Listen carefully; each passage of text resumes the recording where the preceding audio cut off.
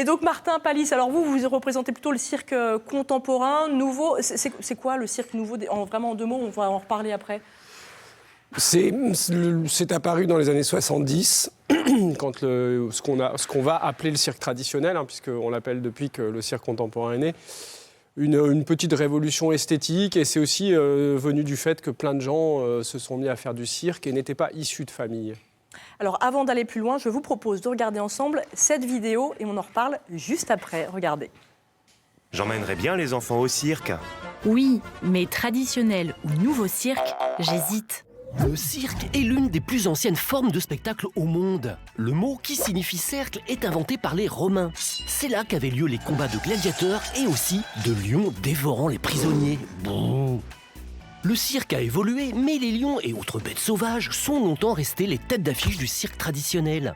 Problème, aujourd'hui l'utilisation d'animaux, surtout sauvages, déplaît. 67% des Français sont contre et plusieurs centaines de villes l'ont interdit. Une quarantaine de pays dans le monde ont proscrit les ménageries. Confronté à un désamour du public, le cirque traditionnel tente de se réinventer et utilise de moins en moins d'animaux sauvages. Fini les lions, les tigres, les ours et leurs braves dompteurs derrière leur cage. Trop cher, trop polémique. Mais si vraiment vous y tenez, certains cirques tradis n'ont pas renoncé. Si vous préférez un spectacle plus tourné sur l'humain et qui flirte avec le théâtre et la chorégraphie, où la performance est plus artistique que technique, optez pour le nouveau cirque. On y trouve aussi d'excellents jongleurs, acrobates ou clowns, mais l'ambition est plus poétique et narrative que spectaculaire. Cirque traditionnel ou nouveau cirque, à vous de choisir votre piste aux étoiles. Alors, on assiste effectivement à une vraie révolution dans le monde du cirque quand même depuis quelques années maintenant. On trouve quand même de moins en moins de cirques dits traditionnels avec des animaux, notamment des animaux sauvages. Martin. Il en reste beaucoup en France. Ouais. On est un des derniers pays où le phénomène existe bien, entre autres parce qu'il n'y a pas de législation autour de tout ça. Ouais. On a un pays assez conservateur sur la chose. Ah, c'est marrant, ça. Dans quel pays il y a moins de cirques? Tous les pays qui nous entourent, désormais. Et moi, qui ai tourné aussi en Amérique latine, en Argentine par exemple, ça fait plus de 40 ans qu'ils ont interdit les animaux dans les cirques. Ah, ça, c'est incroyable. Ouais. Ouais. Donc on est effectivement assez conservateur. Très conservateur, parce qu'il y a de très grandes familles, des grandes dynasties qui pèsent lourd, qui ont toujours su protéger leurs intérêts. Il y a du lobbying de circassiens. Oui, évidemment. Oui, bien sûr. Puis c'est vraiment, c'est des gens qui ont une certaine influence. Je dirais qu'elle est en train de disparaître réellement, mais c'est quand même des très grandes familles qui ont toutes fréquenté les grandes bourgeoisies, la grande bourgeoisie, qui avaient leurs entrées pour défendre ce qu'ils étaient. Les animaux sont arrivés dans le cirque à la fin de la Seconde Guerre, quand la télé apparaît. Voilà. Un effet collatéral. La télévision a été un vrai problème pour le cirque, qui était un divertissement populaire, qui était un divertissement pour le cercle familial. Et la télé, on le sait, a capté énormément ce public. Et les cirques, à ce moment-là, ont réagi en se disant « il faut qu'on mette sur nos pistes des choses qu'on ne voit pas ailleurs, qu'on ne verra pas à la télé notamment ». Et c'est comme ça que les animaux sont arrivés. Et tous les animaux, quand même, on parle d'animaux exotiques, alors sauvages, mais exotiques surtout. Qu'on ne trouve pas en France, donc des éléphants, des lions. Qui sont très liés à notre passé colonialiste, en fait, aussi, il faut le dire. Puisqu'on va piller des pays qu'on a colonisés aussi à une autre époque. Et ces animaux vont rentrer dans les cirques. Et alors, on aura 2 façons de les voir. On peut visiter la ménagerie pour pas très cher. Et puis après, si on a un peu plus d'argent, on peut rentrer, voir le spectacle et regarder ces animaux qui sont domptés.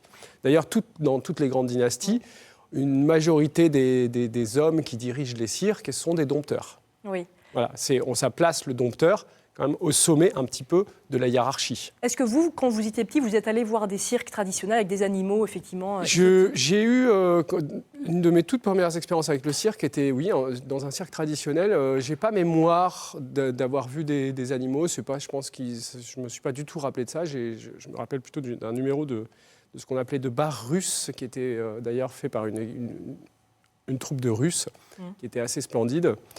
Mais moi, j'ai toujours été assez choqué par ce genre de choses et j'en suis un fervent combattant. Ouais. Je pense que vraiment, je le disais, on est un pays conservateur là-dessus. Je salue tous les élus qui ont pris des arrêtés dans leur ville. Hein. Qu'est-ce qui vous choque, vous, le plus, en fait ? est-ce qu'on pense réellement qu'un éléphant a quelque chose à faire sur une place enchaînée à un piquet? Vous savez, les éléphants rentrent sur certaines pistes de cirque avec des matraques électriques. On les pousse à rentrer.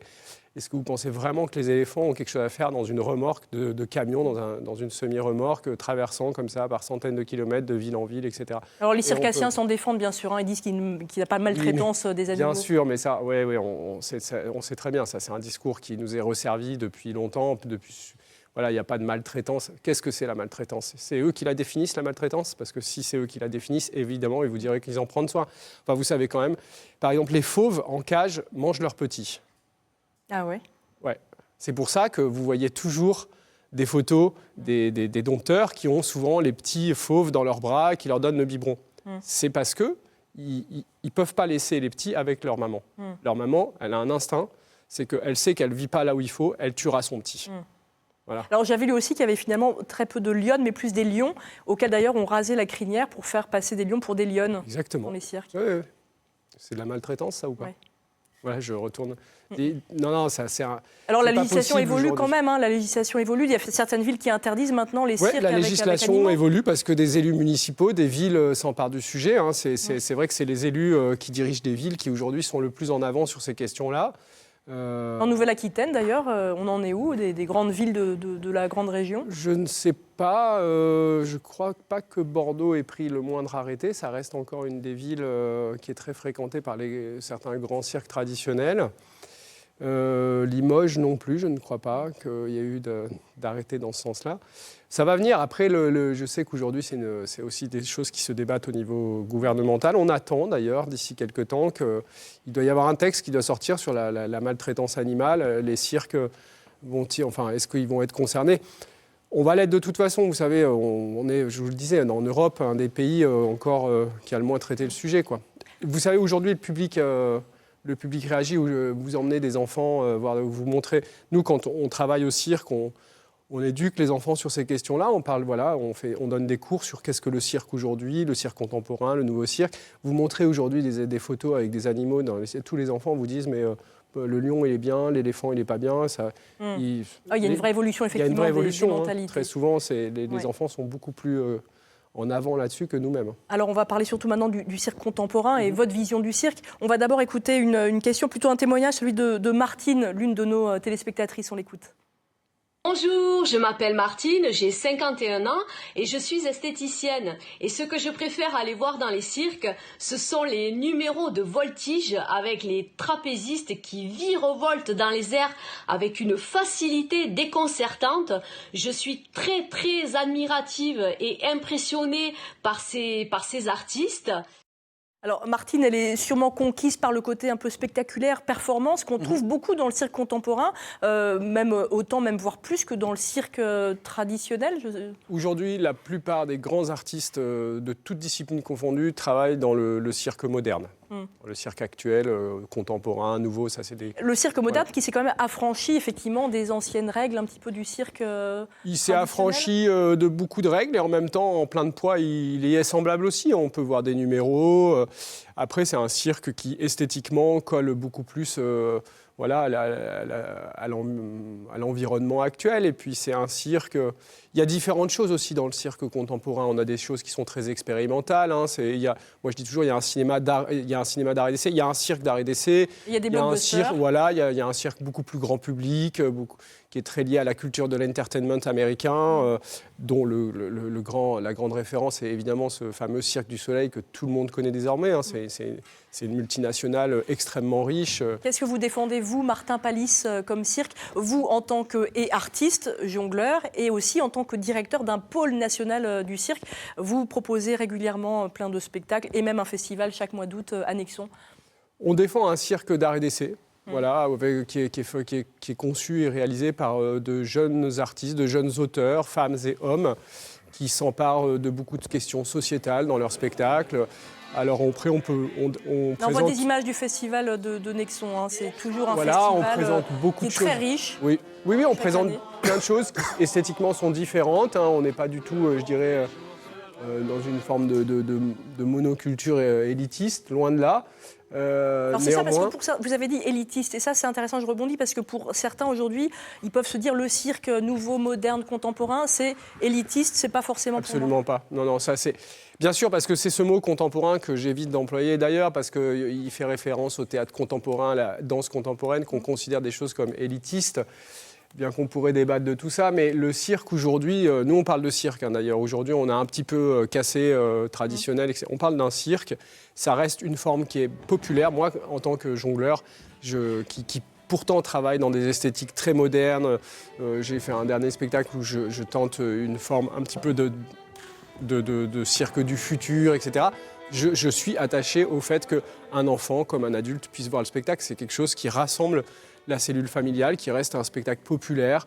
On n'a pas besoin de comprendre de choses, on n'a pas besoin d'avoir une culture pour voir ce que l'on fabrique comme spectacle. Alors je confirme, moi j'adore aller notamment à Nexon, j'aime bien le cirque que vous proposez. Et je trouve qu'il y a aussi un mélange de différents types d'art finalement, avec souvent beaucoup de poésie aussi, et de la performance. Oui, les artistes de cirque contemporains, c'est en cela qu'ils se définissent. Ce sont des gens qui ont toujours une technique de cirque, des jongleurs, des acrobates, des trapézistes, comme le disait Martine tout à l'heure, qui sont toujours des virtuoses, c'est-à-dire qui maîtrisent à très haut niveau leur discipline, mais ce sont des gens qui sont nourris par la littérature, le théâtre, la danse, l'opéra, que sais-je, des tonnes le jeu vidéo aujourd'hui, on le voit arriver aussi d'une certaine manière chez les jeunes artistes. C'est leur culture, ils baignent dans les cultures actuelles et ils s'inspirent de tout ça pour fabriquer leur spectacle. Vous connaissez un peu le cirque nouveau, on va dire, Jacques, Philippe? Non, moi je ne connais pas le cirque nouveau, je connais plus le cirque traditionnel. Ouais. Parce que c'est culturel dans la famille, donc depuis tout petit, moi, on m'a amené... voilà, on ne parlera pas des grandes familles. Hein, c'est normal, en France, tout le monde presque dans les familles est allé au cirque à une certaine époque. Ça a vraiment été un grand spectacle de masse et on a tous une image comme ça d'Épinal qui est gravée en nous, en effet, qui est très liée au clown, à la figure du clown, à la figure du trapéziste parce qu'on vole en l'air et les animaux, voilà. Ouais. Je dirais qu'aujourd'hui, il faut savoir que les animaux vont bientôt s'en aller. Et le chapiteau aussi. C'est ce fameux toile. Est-ce qu'on trouvera quand même des chapiteaux encore à Nexon en août prochain? Toujours. Bon, voilà, alors vous êtes en pleine programmation du festival. Tout à fait. C'est bouclé déjà? C'est bientôt, ça y est, c'est presque fait. Ouais. Bon, on se prépare à vous accueillir maintenant. Très bien. Donc rendez-vous à Nexon. Quelle date? Les dates du 11 au 16 août 2020. Voilà. Nous vous attendons nombreuses et nombreux. Faudra y aller, hein, Jacques, Philippe. Ah oui, avec plaisir. Rendez-vous est pris. N'hésitez pas à nous contacter au 0805 383 383 si vous voulez en savoir plus sur le cirque d'une façon générale. Il y a aussi notre page Facebook, n'hésitez pas. Et puis on mettra aussi toutes les coordonnées de Nexon sur notre site internet, lecirque.com. Très facile. Merci Martin.